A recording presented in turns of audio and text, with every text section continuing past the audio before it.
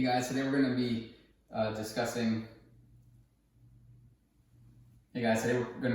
how to properly perform a hip hinge. This is a very important foundational movement that we assess with pretty much anyone who comes in to see us, especially if they have low back pain. But it's very important to know how to do this skill for things as simple as just bending down to pick your kid up, or if you're deadlifting or squatting. Being able to hinge at your hips efficiently and properly is going to make sure that you can do things with a lot of power and make sure you don't get injured. So when we do a hip hinge, I like to use a wall just for some external feedback. So you just need the wall, and you can start close. But when we hip hinge, we want our chest and back to stay nice and tall and straight, and we just want the hips to go straight back here. Okay, so I'm not rounding at the back. I'm not just falling towards the wall.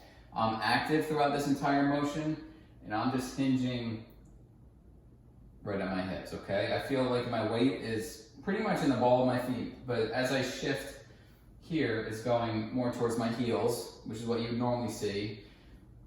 But what we're looking to do, I want you to get as far enough away from the wall as you can, so we're kind of testing your limits here, where you can still perform a hip hinge without dropping down too far this way or without just falling back. I want you to stay active, hinge down, and back up. So I want you to get right to that limit with right where you feel like you can probably not go any further away from the wall. Gonna make sure it's challenging you. Just gonna hinge. Okay, so we're gonna do 30 of those. Now what I want you to do from there, what we're gonna do is we're gonna test one side against the other. Sometimes one leg is a little bit tighter or one hip is a little bit weaker than the other one, and we can identify that if we take the other one out of the equation. So I'm just gonna be on my left leg, right leg, just like the toe is gonna be on the ground, and then you're just gonna hinge forward just like that. We're gonna do 30 there, then you're gonna switch to the other side, 30 there. Same thing with the single leg ones. I want you to test your limits, step a little bit further away, just to challenge it a little bit more, make it a little bit more challenging. You should feel like you're actively doing it. I don't want you to feel like you're kind of just falling back into the wall, but a nice active hip hinge. This is a good foundational movement for squats and deadlifts, just picking anything up off the ground, off the floor, whatever.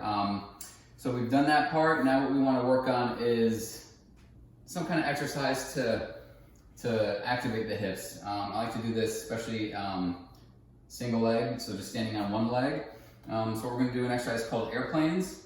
So essentially what you're going to do, and this adds in the hip hinge, but you're going to hinge forward on just one leg. Once you're in this position, you're going to try to open up.